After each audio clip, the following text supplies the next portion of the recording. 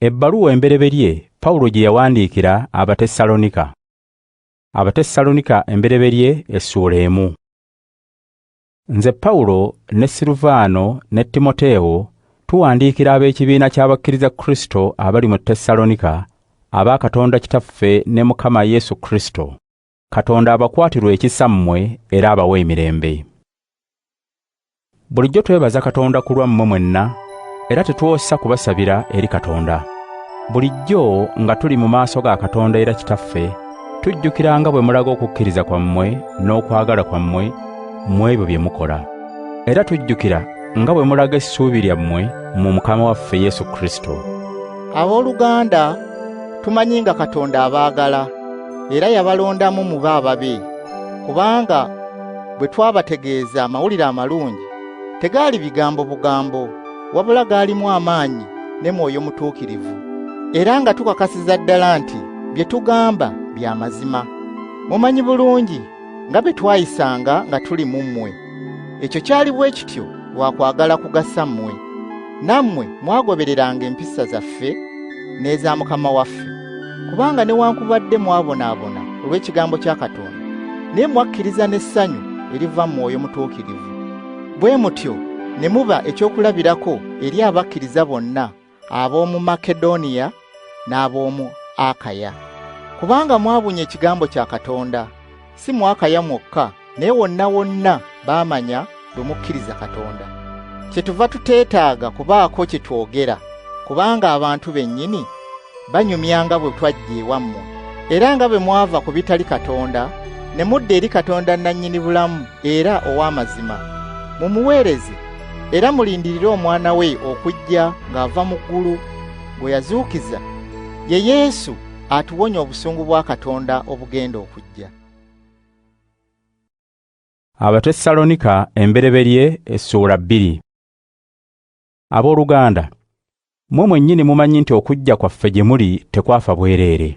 Mumanyi nga bwe twabonaabona era nga bwe twavumirwa e Filipi nga tetunnajja gye muli e Thessaloniika. Naye Katonda waffe yatugumya ne tubategeeza mmwe amawulire amalungi agava gy'ali, newankubadde bangi baatuziyizanga. Bye tubakubiriza si bya bulimba oba eby'obugwagwa wadde eby'obukuusa. Naye nga Katonda bwe yatwesiga n'atukwasa amawulire amalungi, naffe bwe tutyo bwe tugabategeeza, nga tetugenderera kusanyusa bantu, wabula okusanyusa Katonda akebera emitima gyaffe. Mumanyi bulungi nti tetukozesanga bigambo bya kubawaanawaana wadde eby'okukweka omululu gwaffe. Katonda ye mujulirwa waffe. Tetwegombanga kitiibwa ekituweebwa mmwe oba abalala, newankubadde nga twandisobodde okukibasaba mmwe nga bwe tuli abatume ba Kristo. Naye twegendereza mu mmwe ng'omuzadde alabirira abaana be. Twabalumirwa nnyo omwoyo, kyetwava twegomba okubatuusaako amawulire amalungi agava eri Katonda. Si ekyo kyokka, naye twegomba n'okuwaayo obulamu bwaffe bwennyini, kubanga twabaagala nnyo. Abooluganda, mujjukire nga bwe twabategeezanga amawulire amalungi agava eri Katonda, era nga bwe twafuba ne tutegana nga tukola emisana n'ekiro tuleme okuzitoowerera wadde omu ku mmwe. Mmwe abakkiriza muyinza okutujulira, era ne Katonda atujulira nti empisa zaffe nga tuli mu mmwe zaali ntukuvu, ezituukiridde era ezitaliiko kyakunenyezebwa. Mumanyi nti buli omu ku mmwe twabanga naye nga kitaawe w'abaana bw'aba n'abaana be. Twababuulirira, twabagumya era twabakubiriza mube mu bulamu obusanyusa Katonda eyabayita okuba mu bwakabaka bwe ne mu kitiibwa kye. Era kyetuva twebaza Katonda bulijjo, kubanga bwe mwawulira ekigambo kye kye twabategeeza mwakikkiriza, si ng'eky'abantu, wabula mwakkiriza nti ddala kya Katonda, era ekigambo kye kye kikolera mu mmwe abakkiriza. Abooluganda, mufaanana n'ab'ebibiina by'abakkiririza Katonda mu Kristo Yesu ab'omu Buyudaaya, kubanga mwabonyaabonyezebwa bannansi bannammwe nga bali bwe baabonyaabonyezebwa Abayudaaya abatta Mukama waffe Yesu era n'abalanzi, ate naffe ne batuyigganya. Tebasanyusa Katonda era balabi b'abantu bonna. Baagezaako n'okutuziyiza okutegeeza ab'amawanga amalala eby'okubalokola.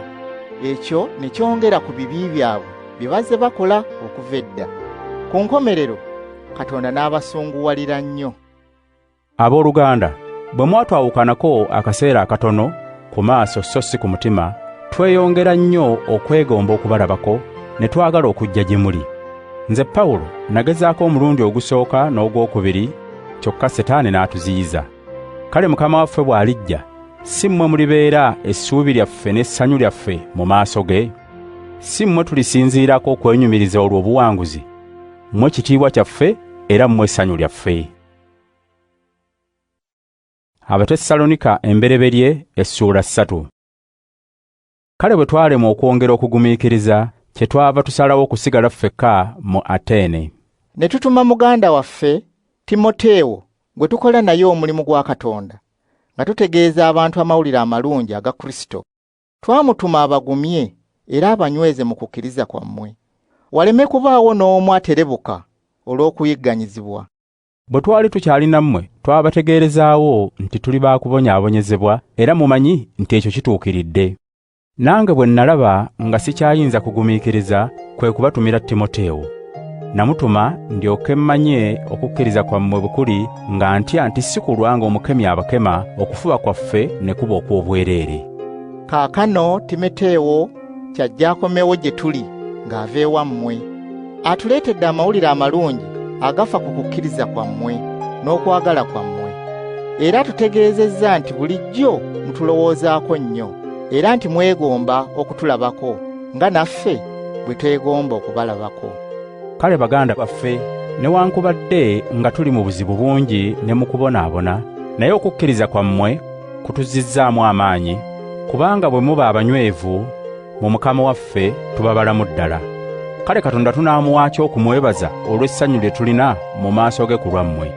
Emisana n'ekiro twegayirira nnyo Katonda tusobole okulabaganako nammwe amaaso n'amaaso, era tulyoke tutuukirize ebikyabula ku kukkiriza kwammwe. Katonda yennyini era Kitaffe ne Mukama waffe Yesu batusobozese okujja gye muli. Mukama abongeremu okwagalananga n'okwagalanga abantu bonna nga ffe be tubaagala mmwe. Anyweze emitima gyammwe Mukama waffe Yesu Kristo bw'alijja awamu n'abatukuvu be, mulyoke musangibwe nga temuliiko kyakunenyezebwa, nga muli batukuvu mu maaso ga Katonda waffe era Kitaffe. Abasessaloniika embereberye essuula 4. Abooluganda, mwatuyigirako nga bwe musaana okubeera, mulyoke musanyuse Katonda, era bwe mutyo bwe mubadde mukola. Kale kaakano eky'enkomerero tubeegayirira era tubabuulirira mu linnya lya Mukama waffe Yesu, mukole bwe mutyo n'okusingawo, kubanga mumanyi ebiragiro bye twabawa ku bwa Mukama waffe Yesu nga bwe biri. Katonda ky'abaagaza kwe kuba abatukuvu, mwewala obwenzi. Buli omu mu mmwe ateekwa okumanya okufuganga omubiri gwe mu butukuvu n'okugussangamu ekitiibwa. Temufugibwanga kwegomba kwa mubiri ng'abantu ab'ensi abatamanyi Katonda bwe bakola. Mu nsonga eno waleme kubaawo akola ebirumya munne wadde okumutwalako ekikye, kubanga Mukama awoolera eggwanga olw'ebyo byonna. Ebyo byonna twabibalabulamu era twabibategeeza dda. Katonda teyatuyitira bugwagwa, wabula yatuyitira butukuvu. N'olwekyo buli anyooma ekyo aba tanyoomye muntu, wabula aba anyoomye Katonda aba wammwe Mwoyo Omutuukirivu we. Naye ebikwata ku kwagalana, abooluganda, seetaaga kubiwawandiikira, kubanga mmwe mwennyini Katonda yabayigiriza okwagalana. Era bwe mutyo bwe mukola mu booluganda bonna abali mu Makedoniya yonna. Kale baganda baffe, tubeegayirira mukolenga bwe mutyo n'okusingawo. Munyiikirenga okuba mu ddembe, mukolenga emirimu gyammwe nga mukola n'emikono gyammwe nga bwe twabagamba. Olwo abatakkiriza banaabasangamu ekitiibwa, era muneemaliriranga mu bimwetaaga. Abooluganda, twagala mumanye ebikwata ku abo abaafa, muleme kunakuwalanga abantu abalala abatalina ssuubi. Tukkiriza nti Yesu yafa n'azuukira, era bwe kiriba ne kw'abo abaafa nga bakkiriza Yesu. Katonda alibakomyawo wamu ne Yesu. Tubategeeza ekyo Mukama waffe kye yagamba nti ye Mukama waffe bw'alijja, ffe abalamu tetulisooka abo abaafa. Mukama waffe yennyini alikka ng'ava mu ggulu, ekirangiriro nga kirangirirwa, eddoboozi lya Ssabamalayika nga liwulirwa, era n'ekkondeere lya Katonda nga livuga. Abo abaafa nga bakkiriza Kristo be balisooka okuzuukira. Awo naffe abaliwo bakyali abalamu ne tulyoka tutwalibwa wamu nabo mu bire okusisinkana Mukama waffe mu bbanga. Olwo ne tubeeranga ne Mukama waffe bulijjo.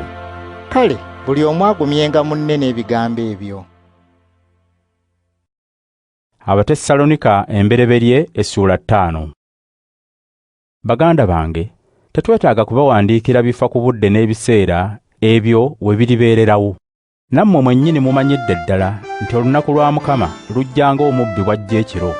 Abantu bwe balibanga bagamba nti mirembe tewali kabi, olwo okuzikirizibwa ne kulyoka kubatuukako ng'okuluma bwe kujjira omukazi alumwa okuzaala. Tebaliwona n'akatono. Naye mmwe baganda bange, temuli mu kizikiza nti olunaku olwo lulibagwikiriza ng'omubbi, kubanga mwenna muli bantu ba kitangaala era muli ba misana. Tetuli ba kiro wadde ab'ekizikiza. Kale tuleme kwebakanga abalala, naye tutunule tuleme kuba batamiivu.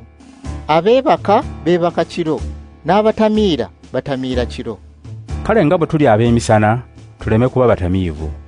Okukkiriza n'okwagalana bitubeerere engabo, n'okusuubira obulokozi kutubeerere enkuufiira, kubanga Katonda teyatuteekerateekera kubonerezebwa busungu bwe, wabula yatuteekerateekera kulokolebwa Mukama waffe Yesu Kristo eyatufiirira tulyoke tube balamu wamu naye, si nsonga oba tufudde oba tuli balamu. Kale buli omu agumyenga munne era amuyambenga nga bwe mukola kati. Abooluganda, tubeegayirira mumanye abo abakola omulimu mu mmwe, era Katonda baalonze okubakulembera n'okubayigiriza. Mubasenga munnya ekitiibwa era mubaagalenga olw'omulimu gwabwe. Mubenga n'emirembe mu mmwe. Abooluganda, tubeegayiridde mulabulenga abagayaavu, mugumyenga abatali banywevu, muyambenga abanafu, mugumiikirizenga bonna. Mulabe nti mu mmwe tewabaawolera ggwanga, wabula bulijjo munyiikirirenga okukola ebirungi mu mmwe ne mu bantu bonna. Musanyukenga bulijjo, musinzenga Katonda buli kiseera. Mu byonna mwebazenga, kubanga ekyo mmwe ng'abantu ba Kristo Katonda kyayagala mukole. Temuziyizanga mwoyo mutuukirivu, temugayanga byabalanzi. Mwekenneenyenga byonna, mugumirenga ku kirungi, mwewalenga buli kibi. Katonda yennyini atuwa emirembe abatukuze, era emyoyo gyammwe n'obulamu bwammwe n'emibiri gyammwe bikuumibwe nga biri bulungi, Mukama waffe Yesu bw'alijja mube nga temuliko kye munenyezebwa. Eyabayita mwesigwa era ekyali kituukiriza. Baganda bange, mutusabire. Mulamuse abooluganda bonna mu kulamusa okw'abantu ba Katonda. Mbalagira mu linnya lya Mukama waffe, ebbaluwa eno esomerwe abooluganda bonna. Mukama waffe Yesu Kristo abakwatirwenga mmwe ekisa.